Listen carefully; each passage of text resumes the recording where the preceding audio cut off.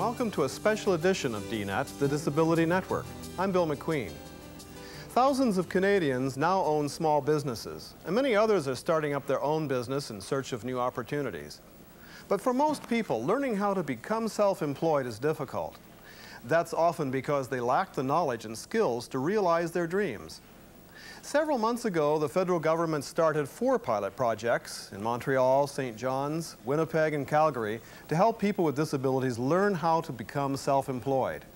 For many, this is their chance to become self-sufficient for the first time. DNET's Ing Wong visited the project in Calgary to meet the participants and see how the project is working.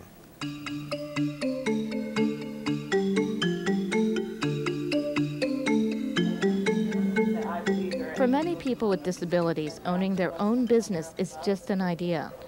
But now some people with disabilities can turn their ideas into a reality. They're starting to come home now. Under a new pilot project, disabled people spend a year learning how to start up their own businesses.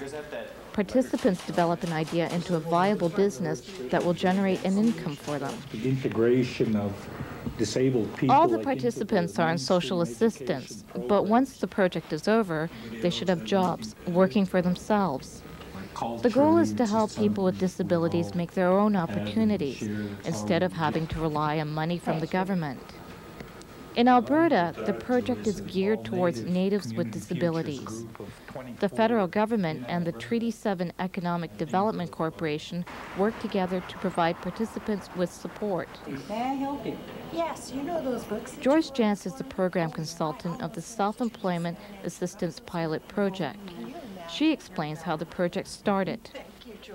When we looked at the project, first it's self-employment. Secondly, the focus was on focusing in on people with disabilities and having them participate to find out if it's a reality, find out how we can change the program.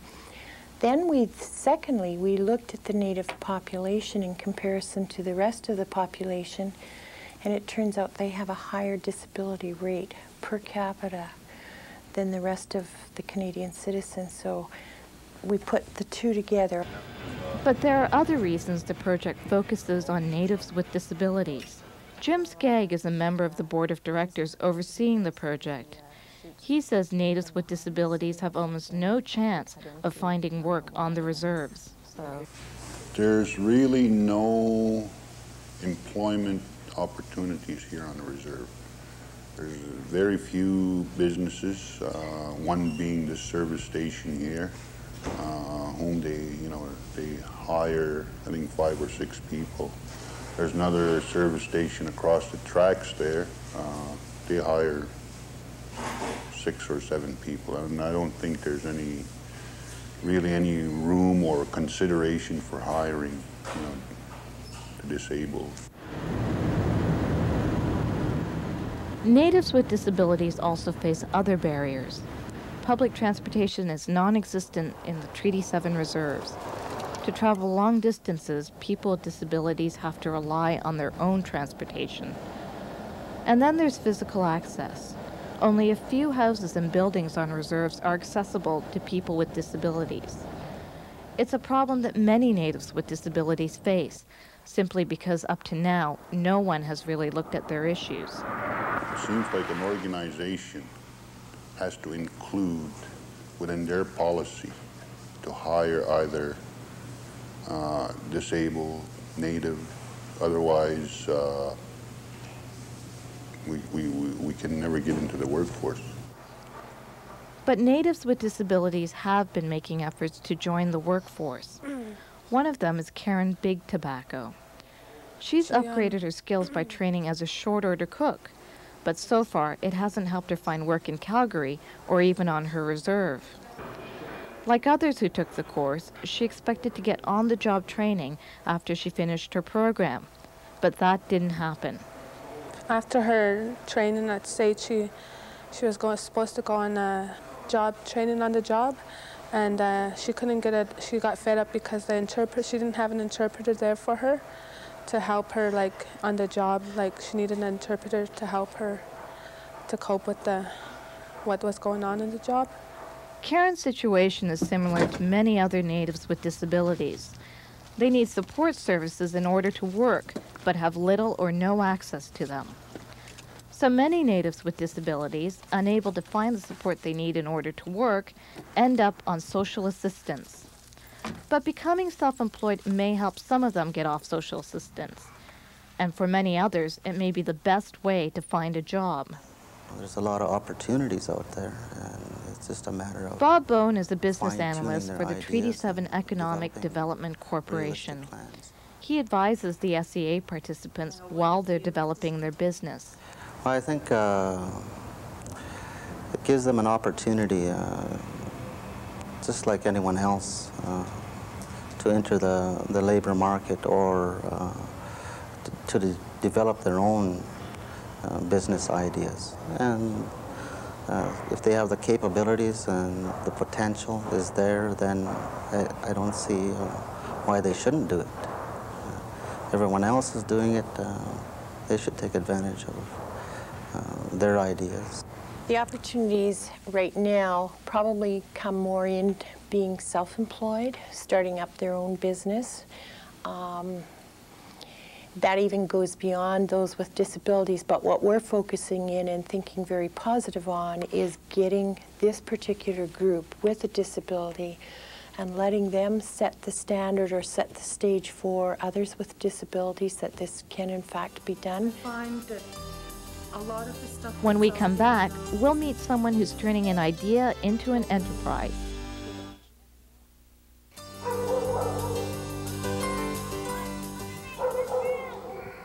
What about your prayer that you teach us every night at supper time? Cheryl Big Plume lives in the Tsuut'ina Nation just outside Calgary.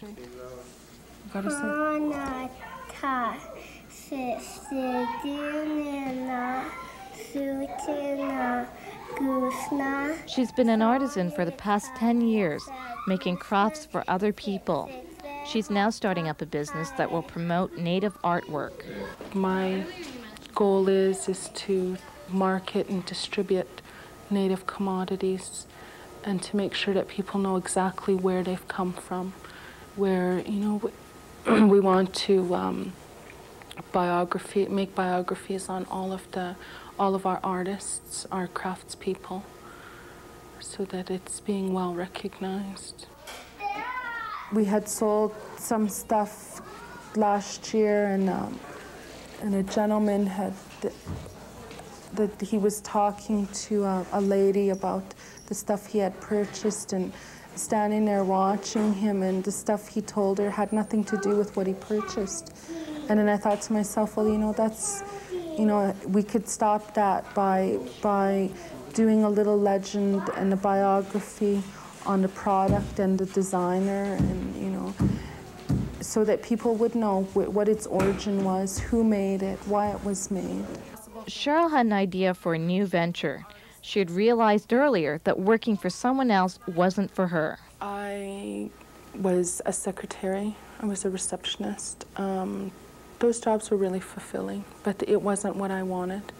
I did them to pass the time, to get by for my family, but I always had the feeling that I didn't belong there.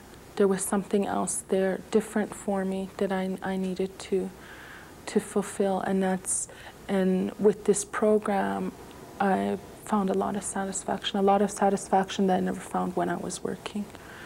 I mean, I could go to school and be trained to become whatever I want to, but what I want to do is to open up a company of my own with the Native products.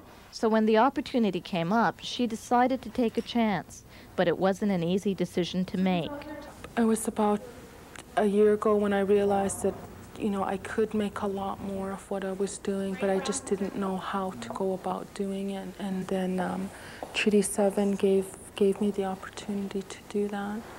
It was a really hard decision for me to make, because I had just gained employment with the nation here. And I had to make the choice as to whether to stay with the nation or leave and attempt to do this for myself, for my children, for my family. took a lot of tossing and turning and sleepless nights to say, yes, I'm going to do it. But once Cheryl realized that she wanted to start her own business, there was no turning back. She's had to learn a lot of new skills in order to turn her concept into a reality. I wasn't thinking of the paperwork part of it. I was thinking about the production part of it and the people from bringing in the people from the different places to do the different works and checking into the quality and the quantity of stuff. That was my part of it. I had already geared around that, but then when I got into the program, then I realized how much reading I had to do.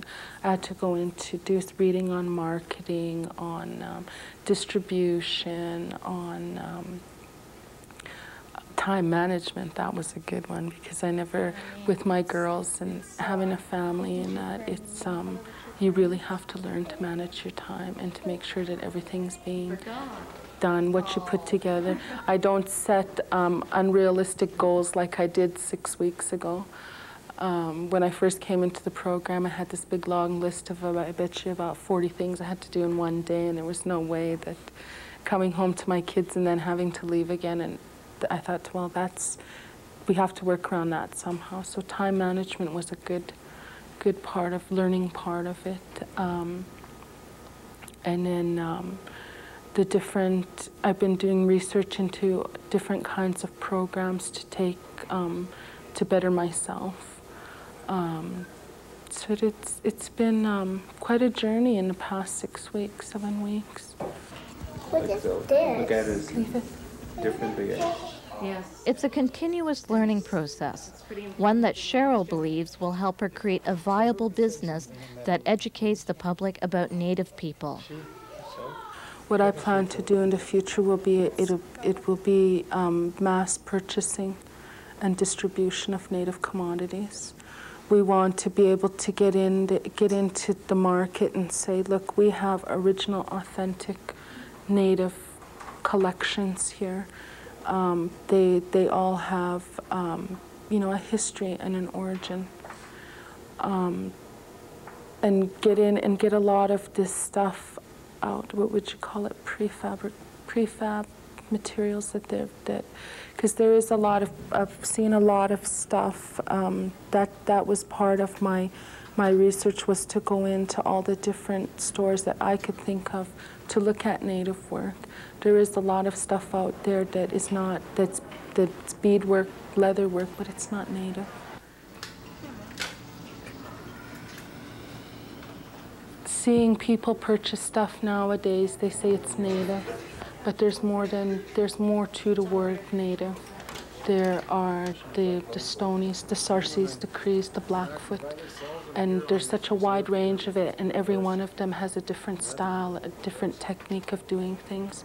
And I think it's important that people know and that it be recognized that there are different ways of doing it, that each culture has a different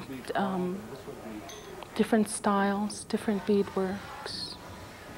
Different outfits originate from different tribes, and I think it's important that people know that. Cheryl also wants to show that people with disabilities can be independent. I'm hoping that it will bring recognition of independence, stability, and also bring out a lot of positive energies for people, to let people know that even though we're handicapped, we're still capable of accomplishing things. I think that's really important.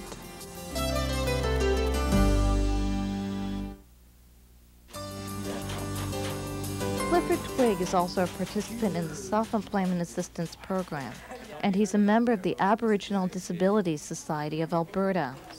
He's starting up a wheelchair repair service, similar to ones found in many city centers. Clifford hopes his business will help other people with disabilities become more independent. I plan on going onto the reserve, going right to the person who has a disability and providing a service right there. I'll just bring the chair out, go into my truck, fix it up, and they can have it the same day. Whereas before, we had to wait for almost 3 weeks to get our chair back. And sometimes there was almost a month. There's another general area I really wanted to get into was just to start really looking at the disabled children, because most of the time they're not probably fitted for their chairs, and the parents end up bringing them their chairs back. So I really wanted to really work just in that area of handicapped children to really provide a really adequate services. Clifford came up with this idea several years ago, shortly after he became disabled. It was just past my birthday I came up with the idea of trying to get a business going, because I was already looking at long-range plans after hearing about disability from Tom Russell. He's a walking quad, and he told me that he's been having a lot of problems, funding, employment, and all that. So I said, well, if I'm going to be successful in 10 years' time, I might as well come up with a business plan, whereas I can be self-sufficient in, let's see, 4 years down the road from now. At that time, I didn't know of any grants available to a disabled person who can start up a business. Like, there was nothing out there 5 years ago, and I wasn't even aware of anything like that. To get proper funding, to start up your business, to get some grants to buy your equipment. But now people like Clifford have a way to get their business started. The Treaty 7 Economic Development Corporation is supporting him and the other participants reach their goals. It doesn't matter what it is. And according to Keith McDonald, manager of the corporation, helping people start new enterprises has long-term benefits. Anytime you can get people off of social assistance or unemployment insurance and feeling good about themselves, meaning they're being self-sufficient and being productive and keeping busy, I don't think you can ask for more than that. So I think it's dollars well spent. Ever since I got hurt, I've always relied on programs. Any kind of programs where I can get by. I see myself with this program, I'm going to be self-sufficient. I won't have to rely on government, provincial or federal or the tribal government for money. I can create my own money and also providing jobs for able-bodied people. The spin-off effects are great in these small communities. If somebody starts up a business and starts generating income, that income more likely will stay on the reserves, which means that there is additional dollars on the reserves, which has spin-off effects with the other businesses on the reserves. So it's not as though we're only helping the individual client with the disability and their families, but there's certainly spin-off effects that have to be considered as well. I like the idea of being independent, more independent, because I am independent, but to be more independent and to be available for other people who are attempting to do the same thing, or other people who do have native stuff that they want marketed and put out there, because there's so many designers out there that have unlimited abilities to do things, but they don't know how to go about getting their stuff started. Because we are able to work together. While there are many long-term benefits to the program, in the meantime, other issues have to be looked at, such as what will happen to the participants after their year of training is up. I'd like to see it, I guess, ongoing, like for, get more people involved, and I guess an aftercare for the existing program, like the people that are involved,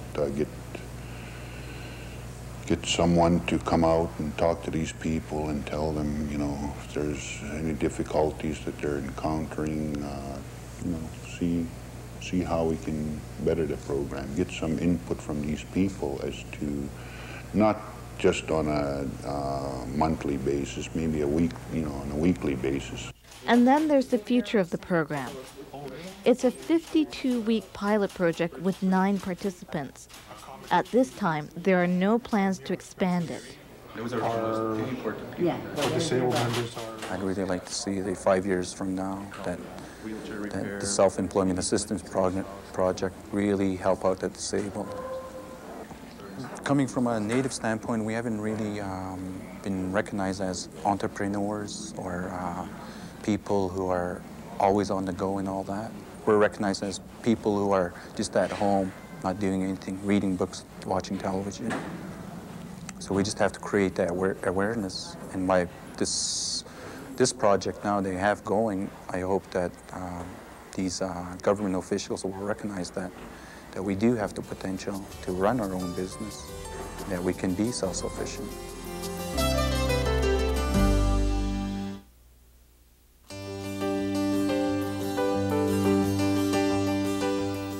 As we mentioned earlier, the self-employment option is attracting a lot of interest from Canadians looking for work. Self-employment assistance, or SEA, programs are directed towards anyone on unemployment insurance, including persons with disabilities. These programs provide training in self-employment and setting up your own business. There are also 4 pilot projects, including the one in Calgary, that waive the UIC requirement for applicants who have disabilities. The other locations are Winnipeg, Montreal, and St. John's, Newfoundland. Another goal of these projects is to identify barriers facing people with disabilities interested in self-employment, and to identify barriers within SEA programs. The Calgary pilot project is full, but the 3 other projects are still accepting applications. Eligibility for the programs is based on business plans presented by the applicants. If you're interested in applying, contact the program directly or write to us if you'd like further information. The Canadian Council on Rehabilitation and Work is providing a consultation and communication network between the 4 sites. They are also researching similar initiatives across North America. And there's another program taking place in Toronto. Called Project Work, it's aimed towards people with disabilities who have learning or cognitive disabilities. They're still looking for people who would like to become self-employed. If you're interested and live in Metro Toronto, you can reach them at area code 416-481-2211. Our address is coming right up. That's Disability Network for this week. I'm Bill McQueen. See you again next week. Now here's our address. Disability Network, CBC, Box 500, Station A, Toronto, M5W 1E6. That's Disability Network, CBC, Box 500, Station A, Toronto, M5W 1E6. Or you can fax us at area code 416-205-3399. This program is brought to you in part by the Royal Bank of Canada, serving Canadians for 126 years, one customer at a time.